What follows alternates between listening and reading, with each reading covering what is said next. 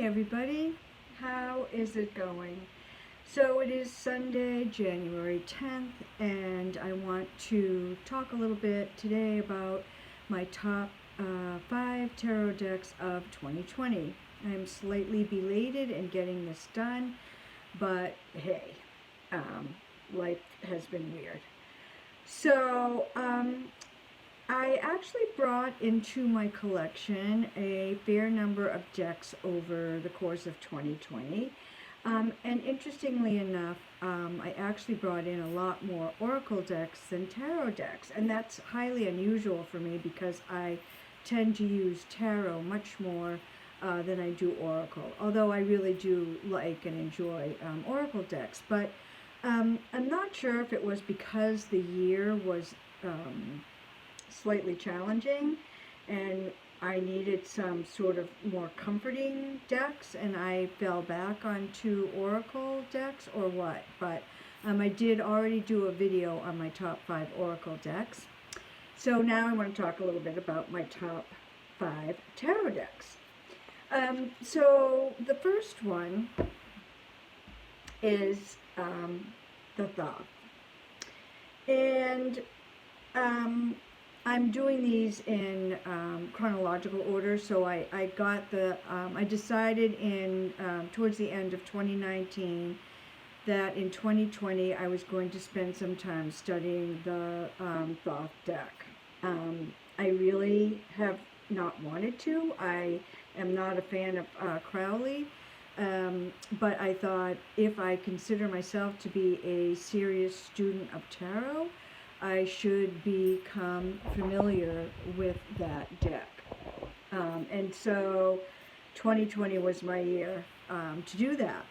So I bought the US Games large size one, and then I decided, I think I saw a video by Mary Grace on her channel, and she talked about the difference between the US Games edition and the vintage from the 70s, what people call the greenie.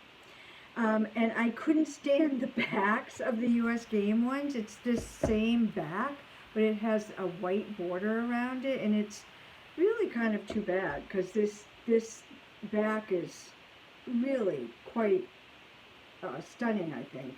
And in fact, one of the books I bought to read and to help me study this deck by Lon Milo Duquette spends an entire chapter just talking about the backs and the symbolism in the backs. And I don't think it originally was supposed to have white borders. But anyway, so I started out in January of 2020 and I began my studies with the Lon Milo Duquette book. And the book was good, I thought. The deck, I'm just not really a fan of. The art is, some of the cards are stunning. I pulled out a few of my favorites over here. The Priestess. And I did manage to get a greenie that's in excellent shape for a really good price. And the box was horrible, so I'm keeping it in the bag. But the cards are, I mean, you would never know that they were 40 years old. No, 50 years old. This is the Empress, and I love the juxtaposition of the Empress and the Emperor, how they either look at each other or look away from each other, and the coloration differences. I pulled out, for each of the decks, I pulled out the 4 aces. So here's the Ace of Swords, Wands, Cups, and discs. And of course, there's just so much symbolism in all these decks. This is a couple of my cards that I kind of like. This is the Princess of Discs. And I thought this was interesting. I pulled this out because this is the 9 of Wands, and it has the keyword strength. And it's kind of interesting when you think about the 9 of Wands in the Rider-Waite-Smith, which is the deck that I'm most familiar with. And I suppose you could say that it's about strength. I mean, it's about endurance, and it's about, getting up again after you've been knocked down and bruised and battered. So I suppose you could look at it that way. Here's the Ten of Cups, which I think is lovely. And I think the Queen and Princess of Discs are stunning. So much symbolism in these cards. So I worked with this deck, among others, from January until we got into the warmer weather, like about end of May, beginning of June. And then I just couldn't, I don't know, something about the nice weather lifted my spirits, and I just felt like this deck was too heavy, so I moved on, intending to get back to it in the fall, and I did not. So now that we're back in the winter again, I'm going to dive back into the Thoth and see if I can warm up to it. I think it's just going to be a study deck. I really can't see myself using it for readings. I'm just not attracted to it. So that's that. The next deck that I got, that was in January. This one was in April. It's called The Wise Woman's Tarot. And it's by Flash Silver Moon, illustrated by Barbara Vogel. Not to be confused with Karen Vogel, who did the artwork for Mother Peace. And this was inspired by Flash Silver Moon, who lived in Florida and was a wise woman who did a lot of women's circles and goddess circles and that kind of magical work. And was really wanting to bring the divine feminine and feminism into the tarot. I want to just read quickly from her introduction. This is the dedication. And she says, I dedicate this work to the goddess of 1,000 names, that we may keep the flame of the ancient mysteries burning in our hearts and souls. May the ancient mothers lead us forward on a path of enlightenment, peace, and empowerment to elevate the planet. Yes to that. And then the next paragraph says, in memoriam to Pamela Coleman Smith, lesbian of color, herself multicultural, the artist illustrator of the images of the most popular tarot deck, Rider-Waite-Smith, who died in poverty, disillusioned at the failure, in quotes, of her art, her legacy stolen, yielding nothing to her surviving partner. She is hereby reinstated as the direct ancestor of the Wise Woman Tarot. So I love that, because I am a huge Pamela Coleman Smith fan, and I do feel like she has been greatly undervalued and overlooked. I'm glad to see that people are now calling that tarot deck the Waite-Smith or the Smith-Waite or the Rider-Waite-Smith, but including her in that deck I think is really important, because I know Waite had the ideas about it and did some directing of Pamela Coleman Smith, but really she was the one who decided to illustrate the pips, and that was really the revolutionary thing about that deck. So Flash Silver Moon has completely changed the order, not completely, but very much changed the order of the major arcana, and she has included a card that talks about that and lists that. There's like a little cheat sheet card for the minors. The court cards are called, let's see, Shaman, Maiden, Seeker. Or, yes, Shaman, Maiden, Seeker. I'm leaving out somebody, but anyway. All feminine looking and identifying folks on the court cards. So here's the Fool, which is now called Essence, and she has the goddess that's inspired that card. or a title for it. So this is the sorceress instead of the magician. Illumination instead of high priestess, and it is Isis. Here we have Oshun on, it's called fertility, not the empress.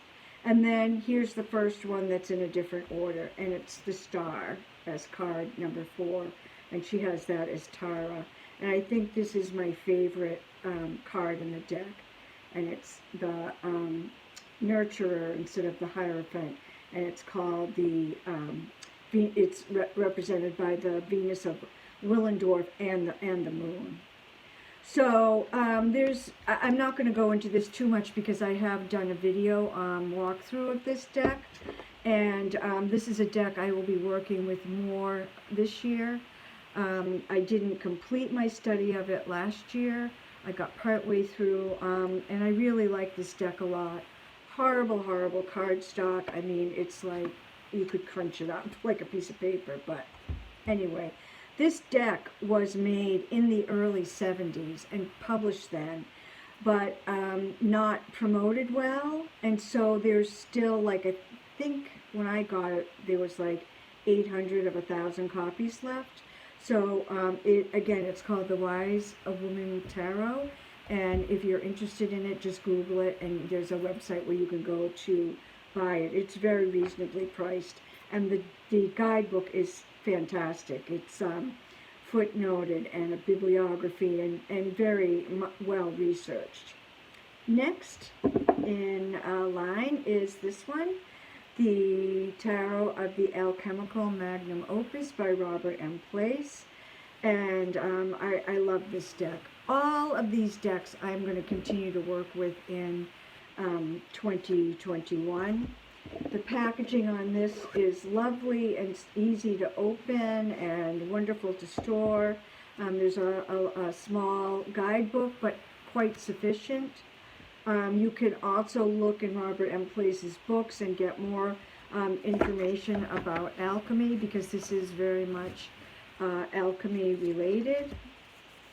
The cardstock is to die for. I don't know if you can hear it, but it makes that wonderful swooshing sound. Many of the majors have different names that are alchemical related. Here's the High Priestess, Priestess of Water. The Empress is the White Queen. The Emperor is the Red King. And one of the things I've learned by working with this deck is that the alchemists used primarily red, black, and white as their colors, and occasionally would throw in a yellow. So the titles, like the Tower is Greater Dissolution. These are alchemical terms. Here's the Star, Baptism, Fermentation, and here we can see a card that has yellow on it. This is one of, I think there's only 4 or 5, maybe 3 or 4. Here's the Moon, again with an alchemical term. Greater Conjunction, the Sun, again here's the yellow. And let me just quickly show you the Aces, Swords, Batons, Cups, and Coins. This deck is gorgeous. It's simple. I think it's really beautiful to lay out in spreads. The cardstock is wonderful. Here's a regular sized tarot card, and you can see that these are a little bit shorter and fatter. And for people with small hands, it's easy to shuffle. The cardstock is really a joy, a delight. So that is, I got January Thoth, April Wise Woman, and then this one I got in June, I believe. And then Tarot of the Divine is the next one. And this one I think came out in July. I had or was it September? Anyway, I had pre-ordered it online, and I got it as soon as it came out. And I also ordered the companion book. And as you probably know, this is a deck that has taken cultures from all over the world and taken fairy tales and myths and stories that have been passed along verbally, and that's the basis of this deck. So I just wanted to, this is Yoshitani. She's a wonderful artist, and I believe she's really well known and done work for like Disney and other really, high-end cartoon animation. So she says here, this deck was created as an homage to the stories we have told one another across cultures and throughout history. While each story is unique to a specific time and place, every culture has stories of bright young adventurers, forbidden doors, or promised lands. In this way, the Tarot of the Divine fosters appreciation of our differences and of the truth in our similarities. So I feel like for the times we're living in now, where, especially in the United States, where there's so much polarization and headbutting, we need to remember that to foster an appreciation of our differences while understanding the truth of our similarities. So I think that's really important. I pulled out a few cards that I really like. And to be honest, the entire reason that I bought this deck was for this card. I saw this one time online and I said, I do not care what the rest of the deck looks like or is about. I must get this deck just for this card. I'm partial to the Moon card. I've talked about it many times on my channel about how I feel like some of the more traditional or classic interpretations of the moon are a bit misogynistic, and for me, the Moon card represents the sacred or divine feminine, and I really see that in this card. So I love that. You can see here, I just pulled out a few, all the different cultures, how this goes around the world. This one is from Scotland, where my grandparents are from, so I was pleased to see that one. This is an Aboriginal Australian. How many decks have Aboriginal Australians in them? Maybe there are some, but I am not aware of them. And you can see the different cultures that are represented in this deck. And for that reason, I am very fond of this deck. I think the artwork is gorgeous. I love the color palette. The cardstock is lovely. Here's our friend Anansi. Here's the Sun card. And so we can see that there are many, many, many cultures represented just in the few cards that I held up. And again, let me quickly show the aces. I thought I would show the aces from each one of the decks. So there's the Ace of Swords, Wands, Cups, and Coins. I'm really enjoying this deck a lot. When I first got it, I used it for quite some time, along with other decks. I have not read that many of the stories in this book. My only complaint is that the book and the deck are published by different publishers, and so unfortunately the book, there's no reference to tarot, so it's like I wish it could have been printed in the order of the tarot cards, so that you could look up when you pulled a card, you could then say, oh yeah, Ace of Wands, oh yeah. So I kind of have been writing in the table of contents myself so that I can look it up more easily, but it is slightly challenging. So the fifth deck that I got that was in my top 5 favorites this year is this one, the World Spirit. So I believe the only two that were released this year or last year in 2020 are the Tarot of the Divine and the Tarot of the Alchemical Magnum Opus. Obviously the Thoth the Wise Woman, and then this one are from are older. The Thoth being really old. So the World Spirit. I was at the Reader Studio several years ago, and at the Reader Studio, one of the first things you do is you partner up with someone and do readings for each other. And so I partnered up with my friend Ben, and so he did a reading for me using this deck, the World Spirit. And he laid out 9 cards and did a 9-card spread for me. And I was so enthralled by this deck. You know, I'd heard of it before. I was aware of it, but I had never seen it up close and in person. And I absolutely love it. I think this deck originally came out 2003. I have the 2015 edition, so the second edition. And as I said, I just got it in, I think it arrived in December. And I just immediately clicked with this deck. I don't think I'll ever stop using it. I absolutely love it. I find it really readable, a really good reader, and it is really, I'd say, that these 3 last decks that I mentioned, well, the Wise Woman, Tarot of the Divine, and World Spirit, are multicultural, inclusive, and I really appreciate that. That's something that's important to me in a deck, and in fact can make me not want to get a deck if I don't see that. So here are the aces for this deck: Swords, Wands, Cups, and Pentacles. And some of my favorite cards. So I just want to show you in this deck, you can see just from the few cards I've pulled out, here's the Fool, the range of cultures. This is the High Priestess.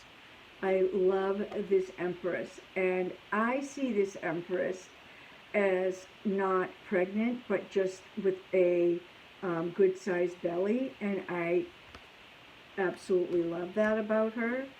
Here we see the Lovers, Chariot, Strength,